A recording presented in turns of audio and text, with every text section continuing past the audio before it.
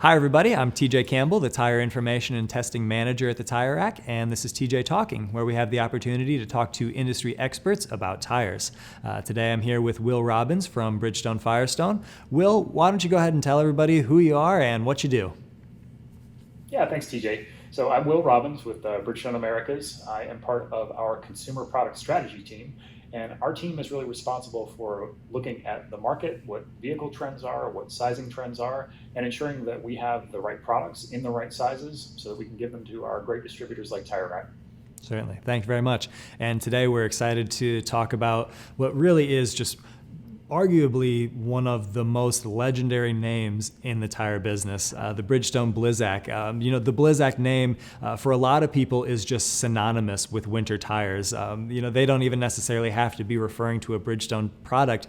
They just know Blizzak equals winter tire. And what's it like to be the one responsible for taking care of and developing new products for such a legendary fixture in the marketplace?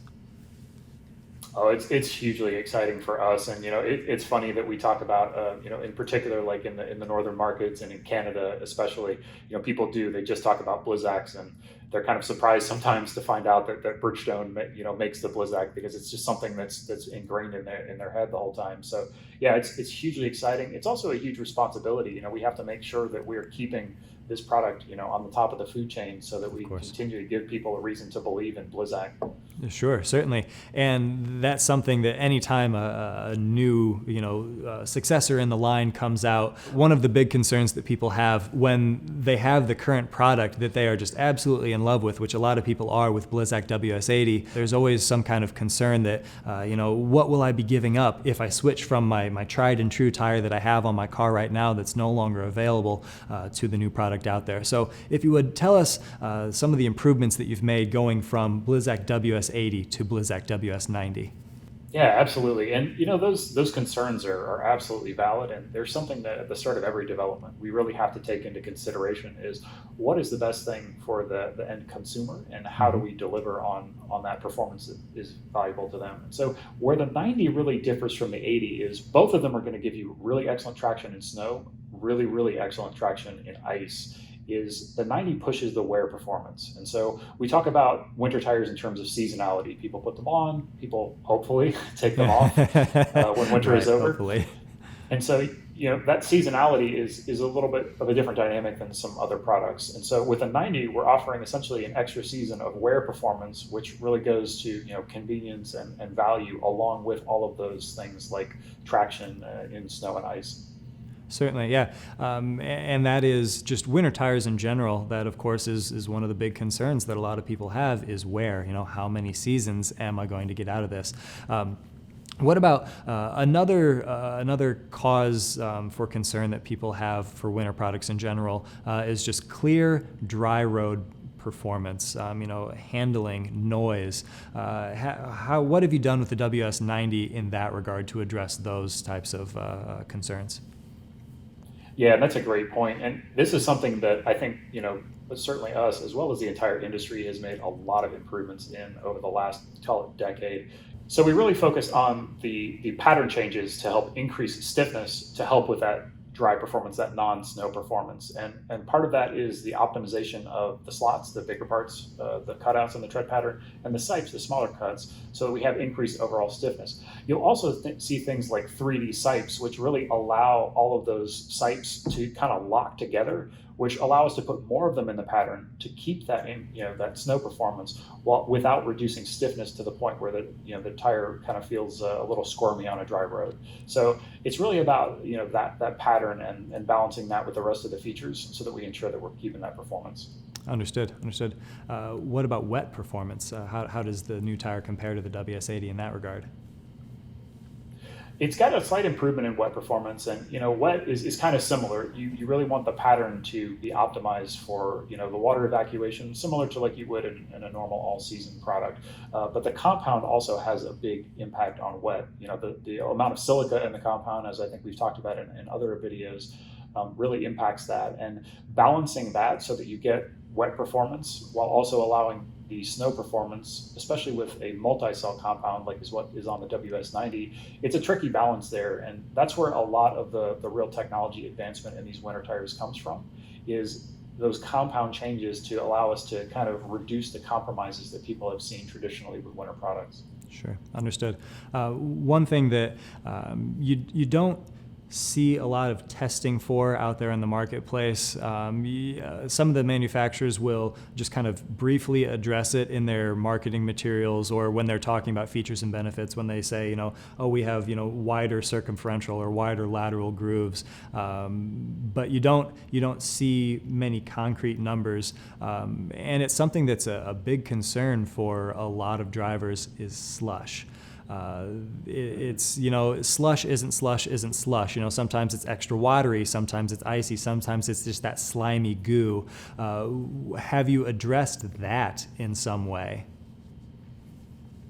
Yeah, absolutely. And honestly, you touch on probably the single most difficult part of doing winter testing, and you guys do winter testing as well, so you're aware of this, is it's not winter and non-winter. It is a spectrum of performance that goes all the way from pure hard packed snow or ice, all the way to not quite just water. Right. And so we do a lot of different testing at a lot of different locations around the world. So you get different types of snow, snow that's a little wetter or less compacted than other types of snow. So, we test in West Yellowstone, Montana, we test in Hokkaido, Japan, we test in New Zealand, we test in Steamboat Springs, Colorado, and all of that data together kind of as a whole helps us understand the overall performance potential of a product. So we don't look at any one specific one and say, yeah, that's it. That's the snow that we're going to go with. It's really a combination of all those different factors that helps us understand the total performance. Gotcha, understood. And we've touched on a lot of the more nuanced characteristics of a winter tire, but I would be remiss if we didn't talk about the two big ones. So snow and ice traction. Is it incremental? Have you seen big gains in either of those categories? It's relatively incremental. I think the place that we've always tried to really, really push with Blizzak in particular is that ice performance. And so some of the changes that we've made to the pattern to kind of adjust the kind of the slot to sight ratio really show up when you do ice rink testing in particular, versus the predecessor product as well as some of the competitor products. That's really where we see strong performance, but you also do see it in snow in terms of, lap times, acceleration, and braking.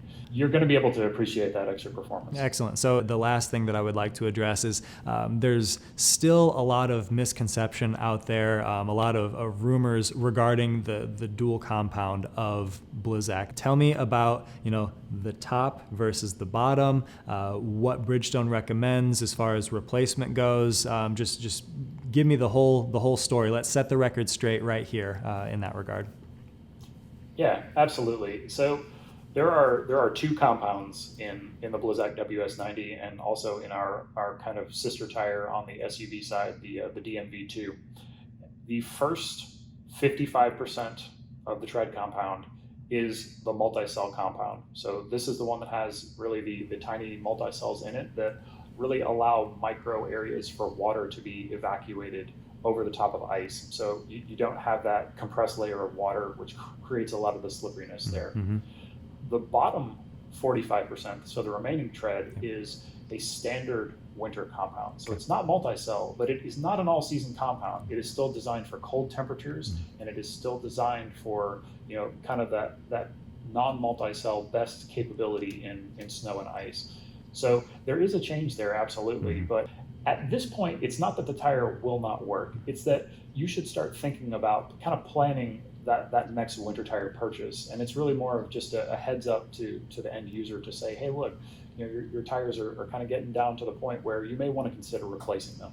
Certainly, and snow traction, snow it's a volumetric event. It requires tread depth to work its way through. You can have the magical compound, you can have the excellent pattern, but if you're limited by tread depth, there's only so much that the tire can do. So thank you very much for putting that all out there and getting that cleared up. Does the underlying winter compound, does it also have bite particles in it like the multi-cell does? No, the underlying compound doesn't have the bite particles. It's more of like just a traditional winter focused compound. So it has all of that, the flexibility in cold temperatures, which is really what gives that winter tire its characteristics, not just in the snow and ice, but in cold temperatures. Certainly. That's the main point of that, but it also has the focus on the snow and ice performance as well. So it's just a really great standard winter compound. It just doesn't have that special sauce that the multi-cell brings along with it. Perfect. Understood. Excellent. Well, Will, it's been great talking about Blizzak WS90. It's something that we're all very excited about. Thank you for your expertise, and we'll talk to you next time. Yeah, it's been great. Thanks, TJ. Welcome.